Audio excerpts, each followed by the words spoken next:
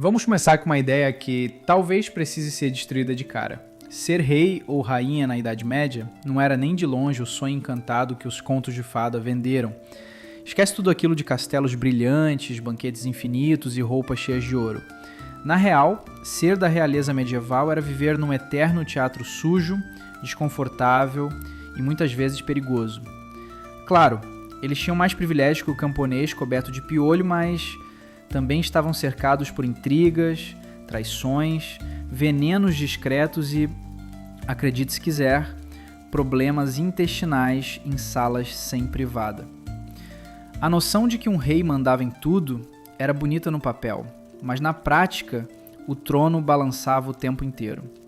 Era preciso manter alianças, lidar com nobres ambiciosos e garantir que ninguém te enfiasse uma adaga nas costas durante o jantar. E falando em jantar, a alimentação era meio, digamos, cheia de gordura, mal temperada e com mais vinho do que bom senso. Ah, e aquele glamour todo da realeza, na maior parte do tempo, era só pose. Vestes luxuosas por fora, pulgas por dentro.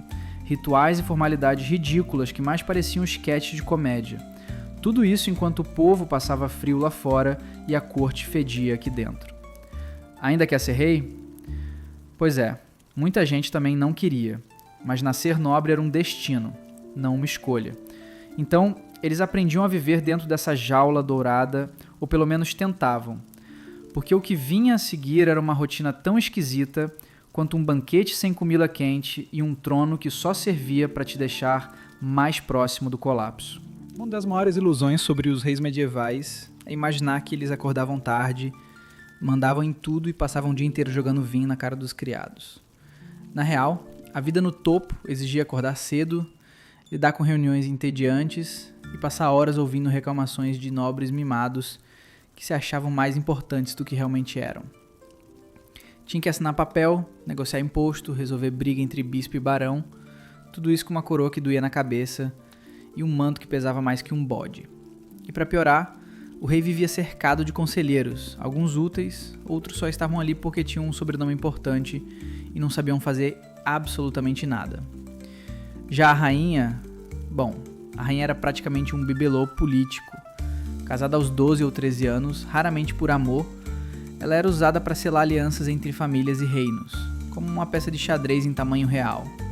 Tinha que sorrir, fingir interesse, dar herdeiros e manter a pose, mesmo que estivesse cercada de inimigas no salão e olhares venenosos na corte.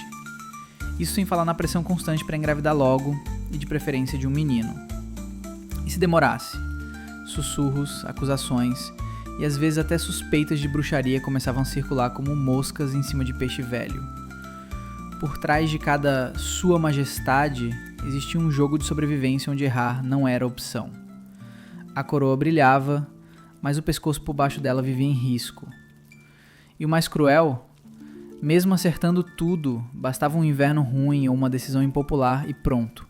Surgia um motim, uma rebelião, ou no mínimo um boato de veneno no cálice. Porque ser rei ou rainha não era apenas governar, era aprender a não morrer, todos os dias. Se a rotina política já parecia um castigo, a vida íntima da realeza medieval conseguia ser ainda mais esquisita. Privacidade? Esquece. Quase tudo era público ou cerimonial, até o nascimento de um herdeiro. Quando a rainha entrava em trabalho de parto, era comum que nobres, e às vezes até clérigos, estivessem presentes na sala, não para ajudar, mas para garantir que ninguém trocasse o bebê. Acredite, a monarquia confiava tanto nas pessoas que precisava de testemunha até para nascer. E não para por aí. A noite de núpcias também podia ter convidados.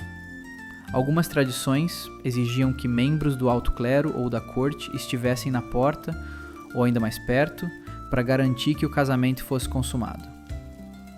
Parece invasivo? Era.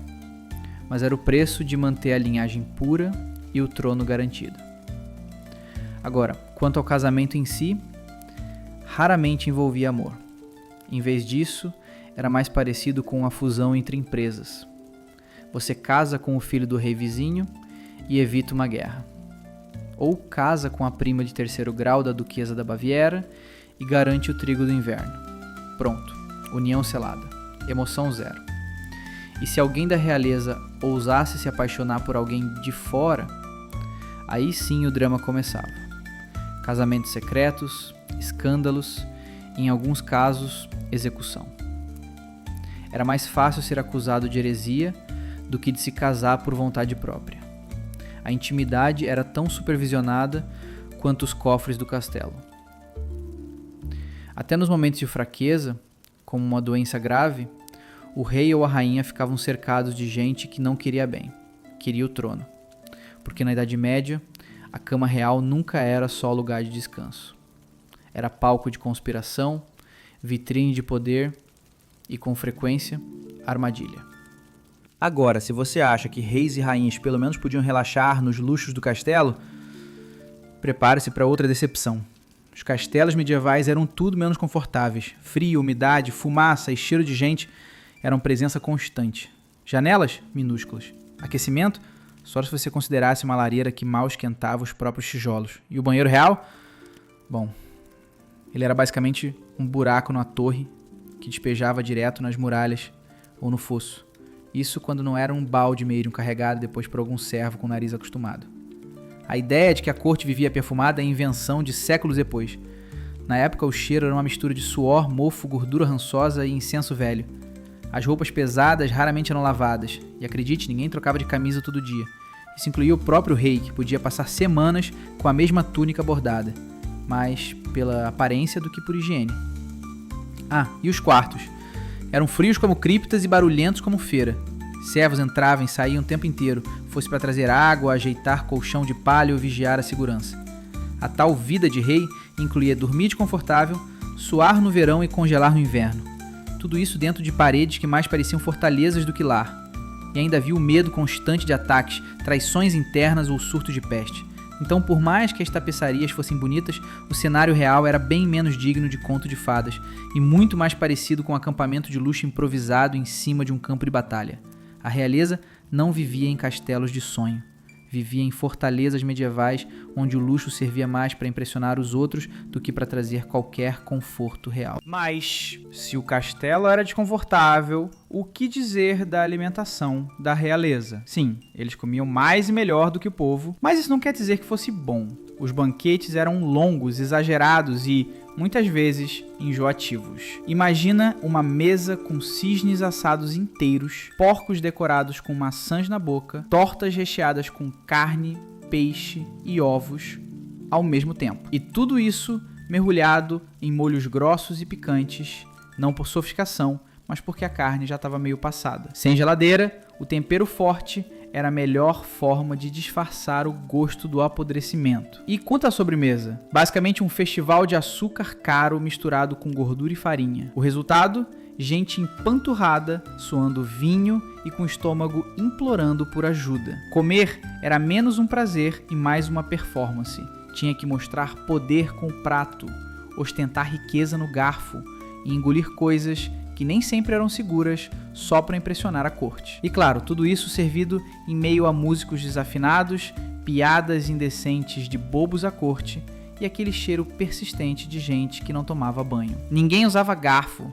Aliás, ele ainda era considerado objeto do demônio em algumas partes da Europa. Então, era tudo na mão mesmo, com uma toalhinha de linho que mais atrapalhava do que limpava. E não pense que havia um prato para cada um. Muitas vezes, 2 nobres dividiam a mesma tigela, porque era bonito demonstrar união. Spoiler, ninguém gostava disso. No final do banquete, a maioria saía rolando de tanto comer e com uma bela crise de indigestão como lembrança. Ser da realeza tinha seu preço, e ele era pago, entre outras coisas, com refluxo. No fim das contas, a realeza medieval estava longe de ser um conto de fadas. Viver cercado de ouro não impedia a podridão no ar, nem os medos que rondavam cada decisão no trono. Entre banquetes desconfortáveis, casamentos sem amor e noites mal dormidas em castelos gelados, ser rei ou rainha era mais um fardo do que um privilégio. A coroa brilhava, mas a vida por baixo dela era tudo menos fácil. Se você curtiu mergulhar nesse mundo bizarro com a gente,